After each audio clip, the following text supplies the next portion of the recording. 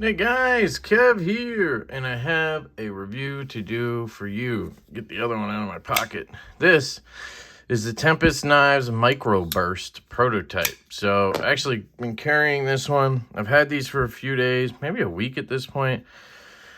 And the God's honest truth, right? I gotta be totally honest with you guys. I can't hold back. Just because Casey over at Knives Fast, who has a great channel, go check it out, is the man behind Tempest Knives. Just because he's a good buddy doesn't mean I can, lie about how good a knife is or whatever. So here it is, guys. This is the God's honest truth on the Microburst. It absolutely freaking rocks. All right. I tried to be dramatic. I couldn't do it. I did it pretty well on that LeftyEDC video, but I couldn't do it on this one. Guys, this knife is fantastic. If he would let me keep this one right here, or that one, but this one specifically, I would keep it. I would pay him right now for this, and I would keep it. This is absolutely, it's marvelous. It's marvelous, I say. He's got a lot of details correct here. He's got a lot of things going on that I personally love. Now, I'm not a thumb stud guy, but I gotta say, this is my favorite thumb stud deployment knife I think I've handled. I think it might be, guys. I don't have a lot of thumbs. I don't even think, how many thumb stud knives do I have? Let's see. I have one. The Concept Pelican EDC. And I have this one. The Tonic from Best Tech. Oh, and then I have two of the Landers. And, I technically have a waypoint on them. I've been trying to sell this. Anybody want a waypoint? $240 on the waypoint. I have a Asher Knives M390 Nomad frame lock. Okay, I got a few stud knives, but I don't have that many. And yeah, it's probably my favorite. Although, you know what? A lot of those are really good too, and that's why I have them, you know. But it fires really well. It's very comfortable. So I guess what I'm trying to say is usually I'm a hole guy because I like the reverse flick better on a hole. And yeah, I think I would prefer a hole, obviously, to flick. But the stud on here is fantastic. And the detent is so dialed in that I just do the push move. I do the F5.5, push the detent till it breaks move, and it fires out of there. So this guy, boom, same thing. So let me run through my normal review process, and sorry for being all over the place. I wanted to get this done so I can get these moving on for Casey, and I just was outside using it to cut some cardboard, and I had some thoughts, and I was like, let's just film this bitch and get it over with. And sadly, I got to send them on. But this is the Microburst. You're looking at black micarta. You're looking at, I believe, titanium hardware, a wire clip. It will be reversible in production, so don't mind the reversible clip. That's what happened to us with shielded on the Growler. They didn't do it on the prototypes, but you will have a reversible deep carry wire clip. You can see here they've already made improvements. So Kubi is making improvements as they go. They haven't done wire clip knives, I don't think, before. Tempest knives, and now us with Divo are doing it as well. But you see the flat pivots, or the flat clip screw versus the little rounded one there. So that's pretty sweet. I love that. I believe he's choosing between 14C and 154 CM, and the reason for that is twofold. One, price. So 14C would bring the price down a little bit. I don't know the numbers, but I've worked with Kubi, so I know some stuff. But Casey hasn't told me anything. But my guess is if you did 14C on this, you're probably under $100, right? If you do 154 CM, you're probably just over $100, right? But the big difference is if you go with 14C, your minimum is going to be 600 pieces. If you go with 154, you can probably get them to lower the minimum to 300 pieces. And that's a big difference, especially if you're basing it off your last run. I don't know how many of the pinions are left in stock or anything like that, but you know, let's say he has a couple hundred of these left. That's still 400 knives he's sold, which is amazing on a first knife design that came out to the public. But maybe that kind of pushes him to go, well, maybe I'll do 300, you know, and bump the steel up, bump the price a little bit, but then I don't have to sell as many, right? And you're also saturating the market. We've seen that with our knife, the Divo Knife Stout. I'm carrying this today because I wanted to show off these Mexican blanket scales. We have a couple of scales I added to the site today, but this is going to be filmed way in the past, so they might not be available by the time you see this, but you never know. Go check the website. Anyway, not about that. But we've seen, you know, we had 600 of these made. There's 600 of these out there, basically. We've sold all of them, except for, you know, a handful of warranty ones and then ones that we have left for warranty work and such. So, I mean, you're looking at probably 600 of these out in the wild, and, you know, that makes it tougher to sell when you have them in stock. And then secondary prices obviously aren't going to be as high because there's not a big limit on demand. So anyway, point being is he's deciding between the steel. This right here is in D2, but that's just a prototype, so please keep that in mind. One other detail is he's deciding whether to do these milling lines or not. I vote to do the milling line, so I would love to hear you guys sound off down in the comments. Please tell us if you prefer the non-milled or the milled. When I first saw these in pictures, I did not like the milling. I didn't. I told him, don't do that, man. I don't think that's going to be good. He got them. He got the prototypes and showed them, and he liked it, and I was like, yeah, man, I don't know. And he's had other people, you know, be like, yeah, I don't know if I like the milling. Once I got it in hand, amazing. I really love the milling, especially on this black version. So maybe it's just the black one with the milling. I don't know. Let's see if I can kind of stack it and you can see how it would look. I mean, I still think that looks good. And then if you want to see the black blade with non-milling, there you go. I don't know. I just think the milling gives it a little pop like he was thinking, and it worked. So I don't know. That's me, but I would love to hear you guys in the comments. And it might help him, right? If you guys hate the milling, say that. If you love it like me, say that. And then Casey can kind of gauge it off of that and take all his other data and make his decision. But it sounds like he's leaning towards non-milled at this point. So hopefully he'll sell me this prototype once the run is done if he doesn't do the milling. But all right, so let's talk about aesthetics. It's beautiful. This blade shape is absolutely gorgeous. Everything I want in a knife. You have a sheep's foot blade, gorgeously, not tall, but taller blade. So you get a thinner grind, nice tip for penetration. You're not talking about a little snubby tip. Again, the milling I really like. I love a wire clip. I love how flat everything is. The screws are really well done. I think these might be slightly contoured, knowing Casey. It feels fantastic. Switching over to ergos, it feels fantastic in the hand. I mean, it is very, very comfortable. I think it's more comfortable than the pinion. I like the smaller size, and I just like the overall shape better, the choil better. It just fills the hand greatly. Now, the pinion was my budget knife of the year, so it's no slouch, but it's just really comfortable in the hand on this one. So ergos are great. I would love some jimping right up about here, but he was saying he doesn't know how he could do that and keep that swedge, and that swedge is gorgeous.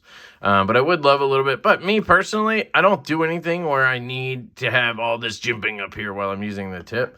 So it would be nice to have that Vox style jimping, but not a big deal at all. What else? Ergos, carry. So I carried this, obviously. Wire clip, fantastic. Pretty much deep carry. I mean, you might have a little schnuggin sticking out, but what's a schnuggin? I don't know. But fantastic. I carried it today and for a couple days after I got them, and just felt great in the pocket. Disappears. Very small. Not very small, but a smaller size knife. Doesn't weigh a ton, you know, I'd guess it's about 3.5 ounces, something like that. And it disappears, so nothing there. Cutting, so I have actually cut with this knife. So you guys know I'm not the biggest heavy use guy. Not heavy use, biggest use guy. I cut open packages and shit all the time. But I don't cut down cardboard constantly, right? And in this case, I just had to take some trash out. And I was like, let me take this guy out there. And holy cow, guys, it was just like zip, zip, zip. I mean, it was ripping through that cardboard. When I say ripping, I should say gliding. I mean, it was demolishing the cardboard. I mean, I was impressed. I really was. I was excited about it. I was like, ooh. And I was holding it back here at first, and then I went up to the choil. Both fantastic. And the way the choil's done is, it's not one of those drop-off choils, really, where even if you kind of start up here a little bit, it's going to kind of pull the material into the blade and not get hung up on the choil. Like a lot of choils, that's what happens. Let me see if I can find one. You see the difference? It's kind of hard to see, but it's more of a steep drop-off right there, where this one kind of swoops up to the edge. I don't know, hard to explain, but usually I get caught in a choil when I'm like cutting something. This kind of fed the material in. The ergos on cutting were wonderful. The clip, because this does not have the left-hand clip, I'll hold it like this, disappears. Don't even feel it. I mean, I know it's there, but I don't, I can feel it maybe moving a little bit, but it's not an issue at all. Cutting carry sounds. Ooh, yeah. Pop. Sucks in. Pop. Something I've been noticing lately is the disengaging sound. I kind of like that on knives now. Like the way it click, pop, boop, hits my nail. Not click like stick, but just like, I don't know what the click is, right? It's, because if you push the lock bar out of the way, there's no stick, nothing. But when you do this, you get that little bit of a click. And I think it's just maybe because you're putting weight from the blade onto the lock bar, and it has to slide. Oh, it's hitting the ball. That's what it is. It's hitting the detent ball.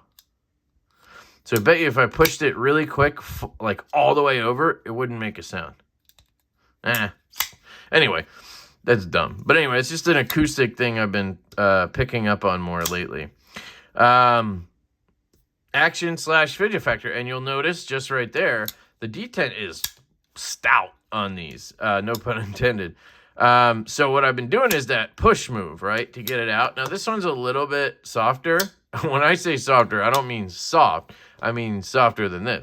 But, man, I would much rather have it be stronger than weaker, you know what I mean? So they both feel fantastic. This one's probably in the zone where it should be. I think production-wise, this is where I would want it. It's strong enough that it fires reliably every time, but not too strong that it is an issue. Because sometimes I do almost like not get this one out. I've had it where I'm like, and it's like tearing at my finger. And that's literally just probably the detent, just being a little bit tight. I mean, and to me, guys, that's a plus. Like, I don't need it to be weaker. I don't know what I'm trying to say. The detents are great, is what I'm trying to say. But I think in production, I might lighten it just a hair from this, but not lighten it. I don't know. Anyway. One other thing I mentioned to Casey is possibly moving the stud. Just ever so slightly, like down and slightly in. But like, I'm talking like micrometers. Like move the center of that stud to like where that first ring is, like right here. And the reason I say that is because you see how tight it is to the scale here? If you brought it down just ever so slightly, it would open up this space and it would make it easier for a righty to get in there and reverse flick it out. I also think it would make it where you could keep the detent stout and it would be easier to get it out because you'd have the angle, I think, would be a little bit different. I don't know. That's my thinking on it. I will say, though, if it stayed exactly the way this knife is, like, again, if he just let me have this one or buy this one, I would do it, and I would be really happy. But you can see there, it can be a little bit tough to fire. Anyway, fantastic on action. So I don't want that to sound like negatives, but I do have to nitpick That's kind of the point of sending somebody prototypes, is to nitpick so that we can make ourselves better. Every time I send a knife to somebody, I'm hoping that they give me some feedback. And little nitpicks, they might be nitpicks per person, but sometimes things stand out to me that I didn't realize, right? There's sometimes things that like I just don't know. Like a lot of times when I send Jared Neve a prototype, he points out things about the grind and the plunge and stuff that I don't know, you know? It's not my forte. It's not something I focus on. And so that feedback is very helpful. People who like lanyards, you know, sometimes that information helps. Like on the Growler, and again, sorry, I'm going to go back to Tempest in a second. On the Growler, we had some feedback that paracord wasn't going through all the way, so we made this a little bit bigger. But we would have never thought of that, because I would have never tested paracord, because I don't care about lanyards. But I do want it to be an option for people, if possible. Some knives, you just can't do it. Anyway, lanyard post back here. Closing action, drops, boom. It's Kubi, guys. Kubi is on a tear right now. Hopefully, that continues moving forward. But yeah, guys, these are absolutely fantastic. I have nothing stands out to me that's like, you need to change this. It's just those slight things about the detent / stud placement that I might adjust. But again, I would be extremely happy as is. Bottom line, if he sells a 3-pack of these like he did last time, I'm buying them. I want to support my brother. So yeah, I'd probably buy 3, sell 2, keep 1. But regardless, one of these will be in my collection and will probably be a contender for whatever of the year next year, because I absolutely love this. The blade shape is so up my alley, it's not even funny. Like, a lot of times I look at Casey's knives and there's just some of them where I'm like, man, I would have drawn that. Like, not drawn it, but like after seeing it, I'm like, yeah, I would want to draw that. I would want to put my name on that and sell it. And to me, that's kind of the sign of how much I love it, right? Like, if I would want to sell this design, then I think it's amazing, right? That doesn't mean you will, but anyway, that's the Tempest Knives Microburst. I know that I feel like lately, a lot of these knives coming in from people have been really good. And that's just been my feedback. So, you know, I'm always honest, guys. If there's something I don't like, I will point it out and I will tell you. But we've just been on a good run. And I'm happy about that, because most of these brands are people I really respect and want to succeed. And I think that's something we lose sight of in this community sometimes. Instead of trying to find things that destroy a company, why don't we try to lift people up and build them up? I've been going through that a little bit with Divo, just random dramas of things that, like, I don't know. Like, I get it to an extent if you're worried about something, but like, just talk to people, you know? Just talk to people. You don't have to, I don't know. Anyway, we should support each other, and that's what I'm trying to do here. Casey killed it, guys. If he does a pre-order for this, I suggest you buy one. If you're in the place to do so, and the design does it for you, it's fantastic. So there it is, guys. Thank you for listening to my random ramblings. Casey, you killed it, brother. I'm proud of you once again. Wish you all the success. I love you guys. I hope you have an absolutely fantastic day. And I will catch you later.